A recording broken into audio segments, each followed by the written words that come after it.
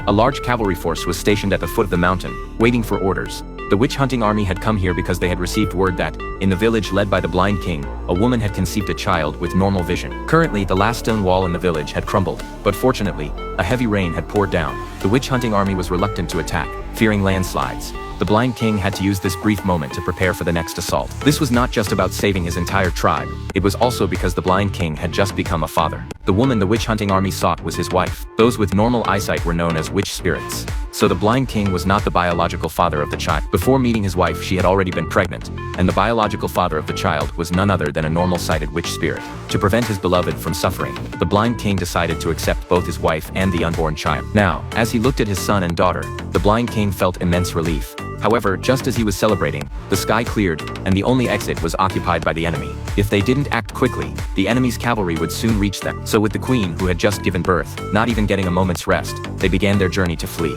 The blind villagers used knots along the way as markers, slowly making their way toward the back mountain. Just as they had left, the witch-hunting army arrived. The general listened carefully for any sounds but heard nothing from the village. However, one of his scouts, a winged listener, caught the distant sound of two babies crying. At that moment, the blind king and his group were crossing a narrow, swaying wooden bridge. A difficult task for the blind. The blind king instructed his wife to use her cane to steady herself, and then, in their usual manner, the others began crossing the suspension bridge. The intense shaking made everyone nervous. Unlike these slow-moving villagers, the witch-hunting army's cavalry was quick and efficient. Leading the pack, the hunting dogs had already picked up the blind king's scent. The general immediately ordered the chains to be undone, letting the dogs take the lead in the attack. Sensing danger, the blind king drew his long knife and stood his ground at the bridge entrance, prepared to hold off the pursuing army for the villagers' escape. He didn't realize that while he was locked in a standoff with the hunting dogs, the entire witch-hunting army had already reached the edge of the bridge.